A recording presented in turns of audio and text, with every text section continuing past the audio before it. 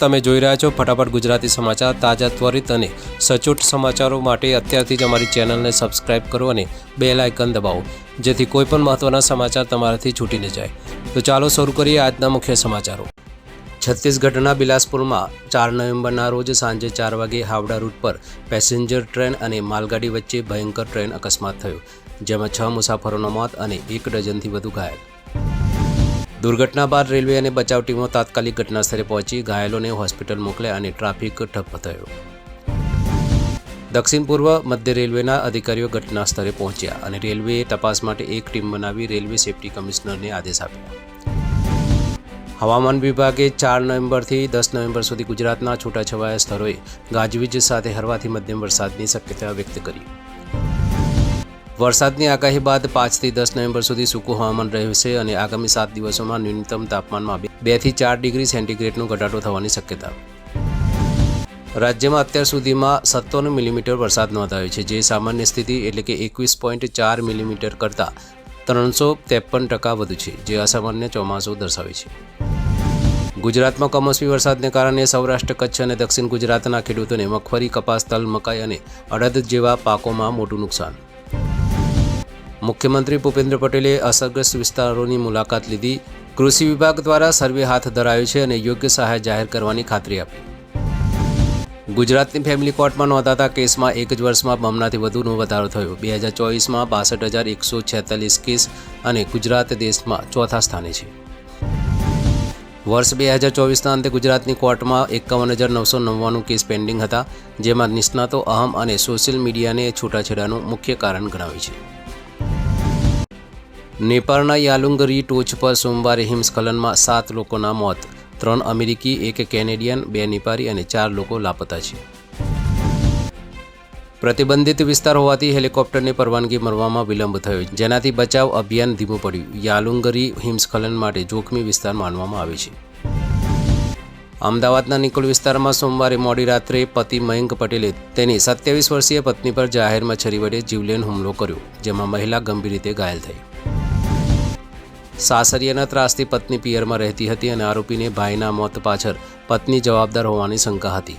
પોલીસે સીસીટીવી ફૂટેજના આધારે મયંક પટેલને ઝડપી લીધો. રાજકોટમાં કાયદો અને વ્યવસ્થાની કથળતી સ્થિતિ સુધારવા ક્રાઇમ બ્રાન્ચ એક્શન મોડમાં આવી. નાઇટ પેટ્રોલિંગ તેમજ કોમ્બિંગ નાઇટની ઝુંબેશ શરૂ કરવામાં આવી. ક્રાઇમ બ્રાન્ચે લુખ્ખાગીરીની માહિતી આપવા માટે વોટ્સએપ નંબર 6359929896 જાહેર કર્યો અને માહિતી આપનારનું નામ ગુપ્ત રાખી ઇનામ આપવાની જાહેરાત કરી. બિહાર વિધાનસભા ચૂંટણીના પ્રથમ તબક્કાનો પ્રચાર મંગળવારે સાંજે સમાપ્ત થયો, જેમાં એનડીએ તરફથી પીએમ મોદી અને મહાગઠબંધન તરફથી તેજસ્વી યાદવે કમાન સંભાળી. કોંગ્રેસ તરફથી રાહુલ પ્રિયંકા ગાંધીએ રાષ્ટ્રીય મુદ્દા ઉઠાવી પીએમ મોદી પર પ્રહાર કર્યા, જ્યારે નીતિશ કુમાર શાંતિથી પોતાના કામો ગણાવીને પ્રચાર કરતા જોવા મળ્યા. રાજસ્થાનના જોધપુરના હરઢાનીમાં મંગળવારે સાંજે લગ્ન સમારોહ દરમિયાન ભયંકર સિલિન્ડર બ્લાસ્ટ થયો, જેમાં 11 લોકો ઘાયલ થયા. 8 ગંભીર ઘાયલોને જોધપુર રિફર કરાયા. ઘાયલોએ તેજ ધમાકા સાથે પથ્થર જેવું કંઈક પડ્યું અને ધુમાડો થયો હોવાનું જણાવ્યું. હોસ્પિટલ પ્રશાસન ઇજાગ્રસ્તોની તાત્કાલિક સારવાર માટે એલર્ટ મોડ પર. ફિનલેન્ડના રાષ્ટ્રપ્રમુખ એલેક્ઝાન્ડર સ્ટબે જણાવ્યું કે વૈશ્વિક સ્થિરતા અને વિકાસમાં ભારતની ભૂમિકા ખૂબ મહત્વની અને ભારત આગામી સુપર પાવર હશે. સ્ટબે ભારતની વ્યૂહાત્મક વિચારધારાને સન્માન આપતા કહ્યું કે સંયુક્ત રાષ્ટ્ર સુરક્ષા પરિષદનો વિસ્તાર વધારવો જોઈએ અને ભારતને તેમાં સામેલ કરવું જોઈએ. ગીર સોમનાથના ઉના પંથકમાં કમોસમી વરસાદથી પાક નિષ્ફળ જતા 49 વર્ષીય ખેડૂત ગફાર મુસા ઉનડે 9 વીઘાનો પાક ધોવાઈ જવાના ડિપ્રેશનમાં આવીને કૂવામાં ઝંપલાવી આત્મહત્યા કરી. ખેડૂતે શરીરે વીજપોલનો ટુકડો બાંધી દીધો હતો અને પરિવારજનોએ શોધખોળ કરી કૂવામાંથી મૃતદેહ બહાર કાઢ્યો. પોલીસે અકસ્માત મૃત્યુનો ગુનો નોંધી તપાસ હાથ ધરી. ભારતીય મહિલા ટીમે રવિવારે સાઉથ આફ્રિકાને 52 રનથી હરાવી પ્રથમવાર વનડે વર્લ્ડ કપનો ખિતાબ જીતીને ઇતિહાસ રચ્યો.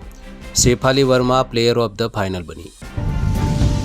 આ ઐતિહાસિક જીત બદલ બીસીસીઆઈએ ટીમ માટે 51 કરોડ રૂપિયાના રોકડ પુરસ્કારની જાહેરાત કરી અને વિજેતા ટીમ 5 નવેમ્બરે પીએમ મોદી સાથે ડિનર કરશે.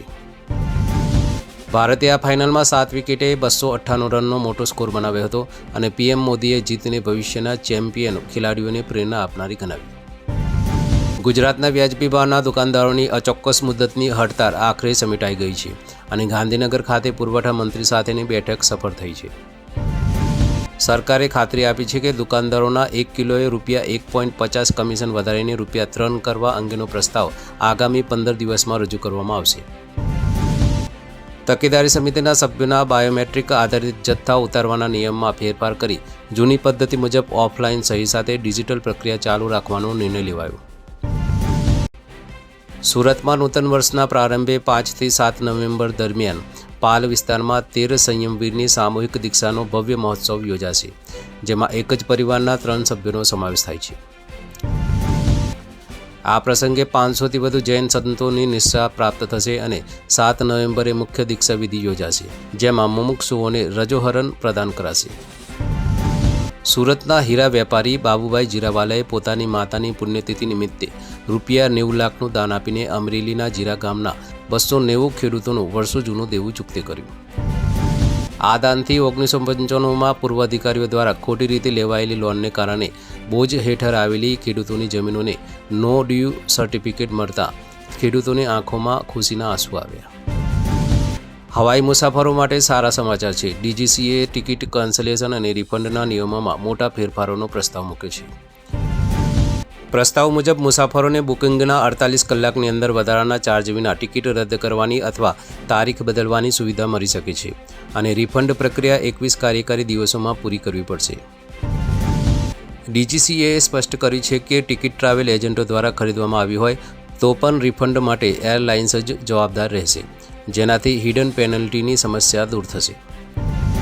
પાકિસ્તાનની રાજધાની ઇસ્લામાબાદમાં બુધવારે સુપ્રીમ કોર્ટની ઇમારતના બેઝમેન્ટમાં સેન્ટ્રલ એસીના સમારકામ દરમિયાન ગેસ સિલિન્ડર ફાટતા શક્તિશાળી વિસ્ફોટ થયો.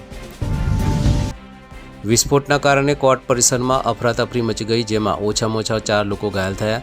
જોકે સુરક્ષા તપાસ બાદ સામાન્ય કામગીરી ફરી શરૂ થઈ ગઈ છે.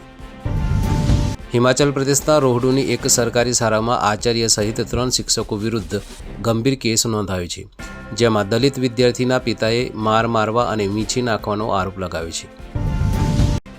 શિક્ષકોએ આ મામલો ગુપ્ત રાખવા ધમકી આપી હતી. પોલીસે અત્યાચાર નિવારણ અધિનિયમ હેઠળ કેસ દાખલ કર્યો છે અને વધુ તપાસ માટે વરિષ્ઠ અધિકારીઓને નિર્દેશો મોકલ્યા છે.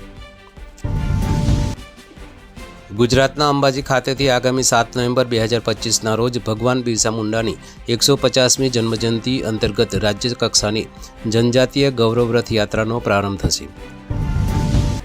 આ યાત્રા અંબાજીથી એકતાનગર અને ઉમરગામથી એકતાનગર એમ 2 માર્ગો પર યોજાશે અને અંબાજીના મુખ્ય કાર્યક્રમમાં લાભાર્થીઓને વિવિધ યોજનાઓનો લાભ અપાશે. યાત્રા પૂર્વે શાળાઓમાં બિરસા મુંડાજીના જીવનચરિત્ર પર સ્પર્ધાઓ અને સફાઈ અભિયાન હાથ ધરાશે અને રથયાત્રા 13 નવેમ્બરે એકતાનગર ખાતે પહોંચીને સમાપ્ત થશે.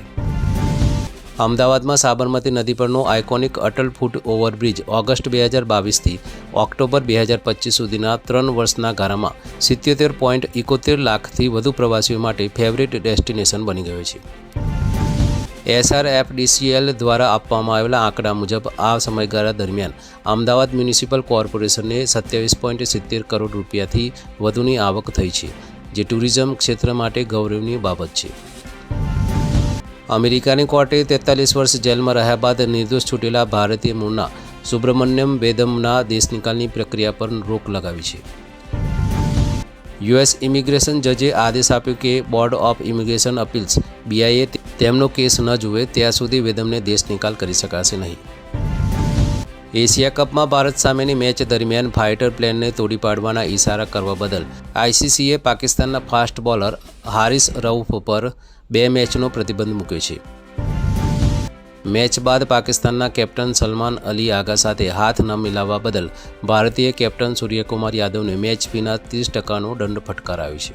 તો આ હતા આજના ફટાફટ ગુજરાતી સમાચાર. વધુ સમાચારો અને અપડેટ્સ માટે અમારી સાથે જોડાયેલા રહો. ફરી મળીશું આવતીકાલે નવા સમાચારો સાથે. જય હિન્દ.